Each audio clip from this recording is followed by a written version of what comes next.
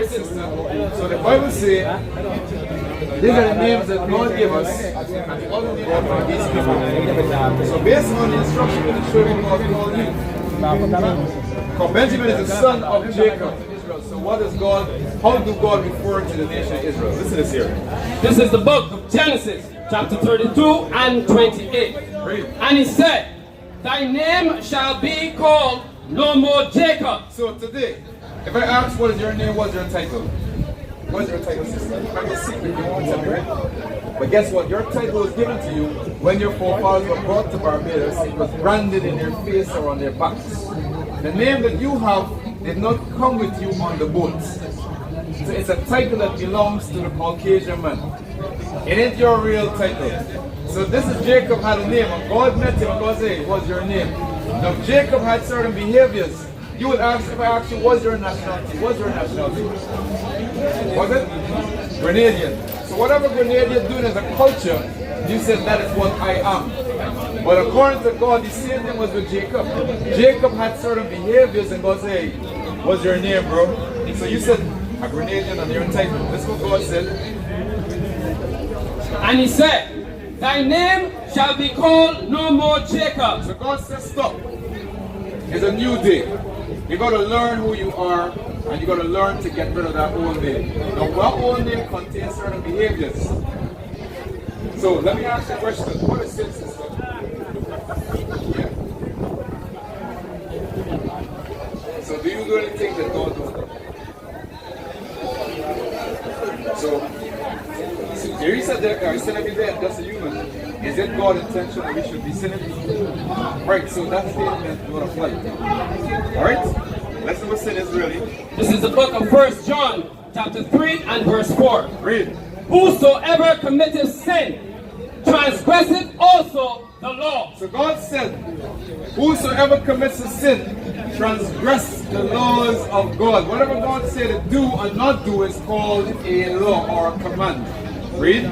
For sin is the transgression of the law. So whatever God said to do and you go contrary, you are in sin. You are disrespecting the Holy One of Israel. So there is no excuse for a man to just stand up and say, hey, we all sin and that's not how God intended us to be. God wanted us to be conscious of our actions and be held responsible for our behavior. So that way he said sin is when you transgress the laws. If you don't know God's laws, you will not know when you are in sin or not. Example, I can use an example of my brother. I can use an example here. Paul, give me the Leviticus 21:5. I can show you an example how my brother don't know he's in sin. And I can come to you and your daughter at the same time, right? So we can show your name and we can show you what God expects of you. Read. This is the book of Leviticus, chapter What's your 21. name, brother? What's your name? Patrick. And Muriel. This is the book of Leviticus, chapter 21 and verse 5. They shall not make boldness upon their head. So Patrick, you understand that God gave a command. He said, you're not supposed to go around taking a shave and sit and bald your head off. So you don't do that, right? So like, hey, I'm good. Yes, Lord, I'm good. I don't do that. Listen to this other part. Neither shall they shave off the corners of their beard. There is no man from the nation of Israel, no so-called black man that be of age that can grow a beard that should walk around shaved clean. That is a little child. A little child don't have no hair on the face. When a man began to grow and his beard began to show, you need to keep it. If you have a job, you need to groom it low. Because what distinguishes a male from a female is called a beard. You understand that? So according to the laws, I see you shaving. So you're doing something that God said not to do. Simple. It's how it goes. Transgressing of the laws. My sister now. Right, you see there, Patrick? So what are you going to do from today, Patrick? You can still keep it like that, trying to be like a little boy. So God said not to do it, so you're bigger than God. So what you should be ready to do? If God tells you to do an error, what should you try to do?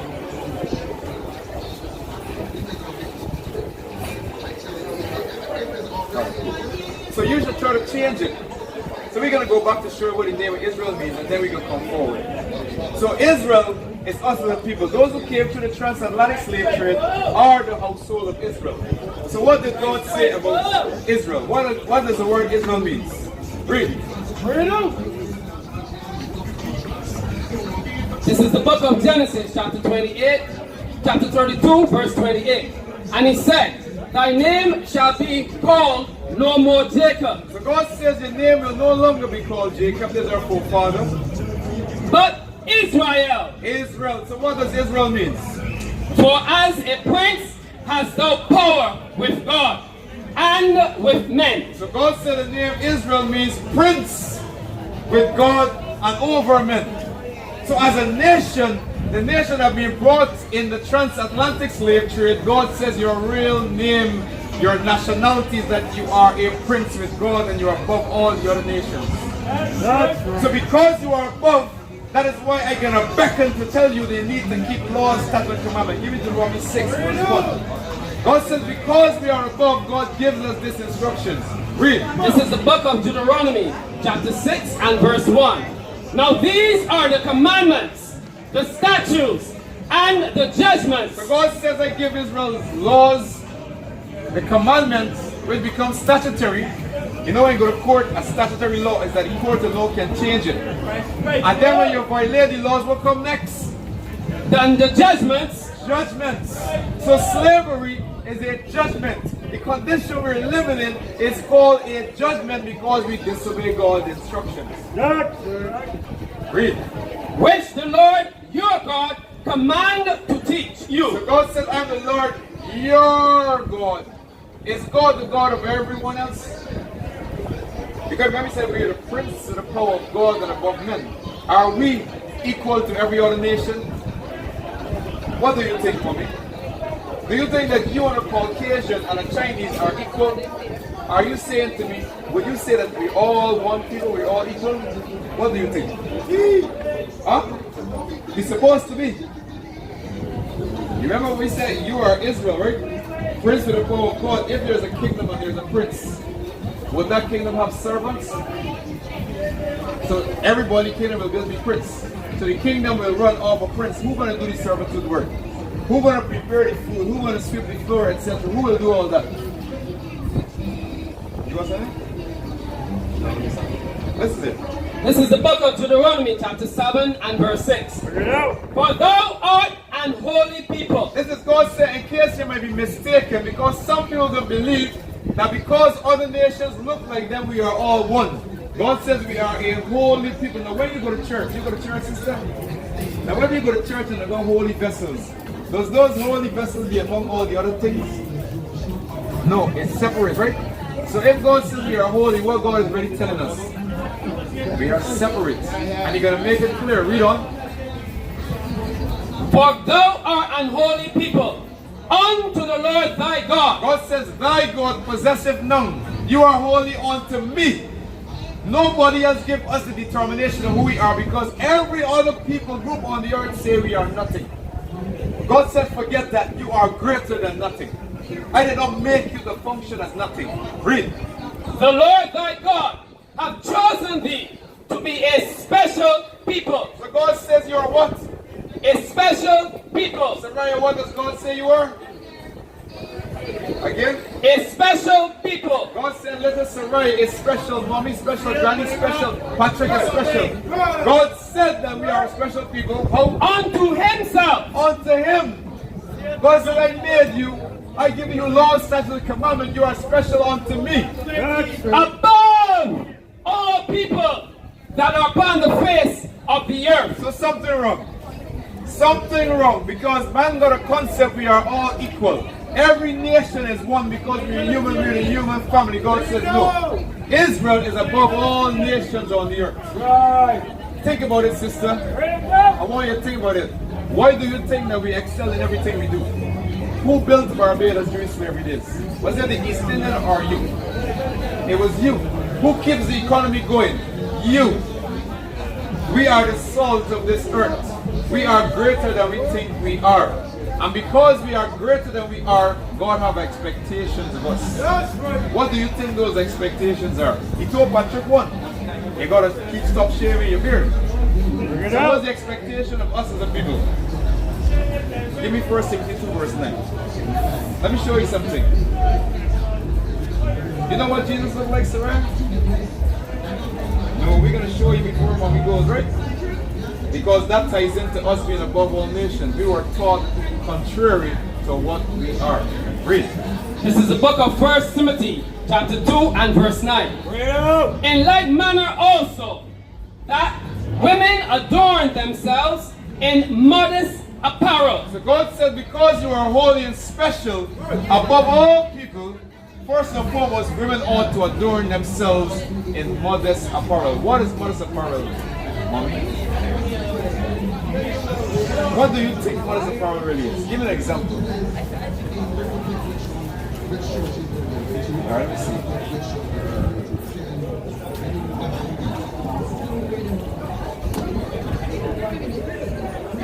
Look at this here. Tell me, on this photo, if these apparel look like it is modest or not. What do you think? It's male and female. These are brothers and sisters. We are 12 tribes, we are 12 family structure, scattered to the four corners of the earth. So look at the imagery. There's a sister here, a sister here, a sister here. Does it look like they have on modest apparel? No, we said no or yes. Does that look like immodest apparel? Which one? Does this look like immodest apparel? What do you think, Samaya? Modest means cover up, not showing any part of their body. It doesn't draw sexual attention to themselves. So does their apparel look like if it is modest? You said no. So when I look at these sisters here, what about them excite my lust? When I look at them, Mommy, what about these sisters would excite my lust? Guess what, sister? Nothing. Because I can't see no part of their body curvature or anything like that. So immodest apparel would be one that draws sexual attention to themselves. So ask yourself an honest question. Do you dress in modest apparel? Are you dressing right now in modest apparel? Alright, you said yes, right? Alright. What do you think, Patrick? Is this modest apparel? Patrick said no. There's a man speaking, right? Give me Deuteronomy chapter 5. This is the book of Deuteronomy, chapter 22. And let's see what God says about our women and the way they dress. Let's God define it this way. The sisters dress today. Is it modest or immodest? Bring it out. The book of Deuteronomy, chapter 22 and verse 5. The woman shall not wear that which pertaineth unto a man. For example, these are two females passing right there in front of me, and both of them look like men because they are wearing what pertaineth unto a man. That's right. If I look at that sister behind, I can't tell that is a female. Right. It looks like a big strong man that just walked past here. Right. But God said a woman, look at this brother here, he got all the same similar pants that she's wearing. Right. So God said a woman shall not wear That which pertaineth unto a man. So what is it that you are wearing, Mommy, that pertains to a man? You said nothing. Let me illustrate something. Let me do an illustration. I have on a pants, right? I have a zip. The reason for this zip is if I want to go to the bathroom, so I can pull down, right, Granny? My pants with my zip is for me to go in the bathroom, to pull down, to do something. Right. Likewise, we'll do the same thing. All brothers here have on pants. If you look around, you will see all male here have on a pants. That's so, right. Your pants has a zip. What is the purpose of that zip? Because, sister, our enemies give that to us and told us it's a female pants. Because they know that there's a scripture that directed to us saying a woman shall not wear that which pertaineth unto a man. You understand, Mommy? So, for example, all those things is a sin that keeps us not being blessed by the Almighty. You understand me, mommies? If we as women learn to dress the right way, then you will teach it to the children. Right. So you should not be wearing that, because if you look at all photos before in previous times, you will not see women in pants. You see, your granny said, I never see my mommy in a pants because pants was never worn by women. That's right. Women, back in the days, you had to say, who wearing the pants in this house? Today, you can't say that because the woman and the man go on the pants, and the man go stay quiet. If everyone's like, I go on my pants too. So right now in the house, we got a problem because both people wearing pants. But God said that is not so. That is confusion. Read on. Neither shall a man put on woman's garments. So name me a man that wears female garments in Barbados that's famous. You mom, you could take a one in the meantime. Didi. Who? Didi. Didi. Right. So God, basically God said there's no transgender. It's either male or female. So we got Queen Archibald Cox. Queen Archibald Cox from the famous group man that dressed up like a woman and talking like a woman on the radio. Medea. Everybody like Medea, right? Mommy, you like Medea in the movie? Medea's get down hard to the core. Medea, God's instruction Medea is this. Read.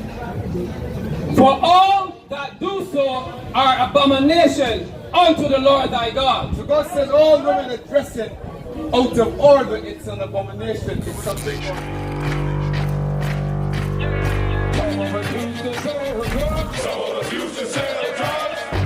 Nation is men leading by example.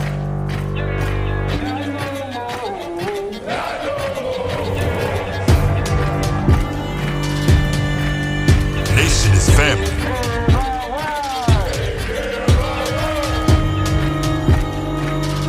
Nation is community. Nation is children with role models.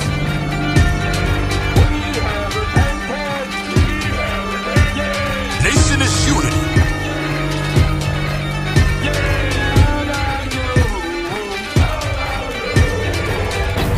Nation is you.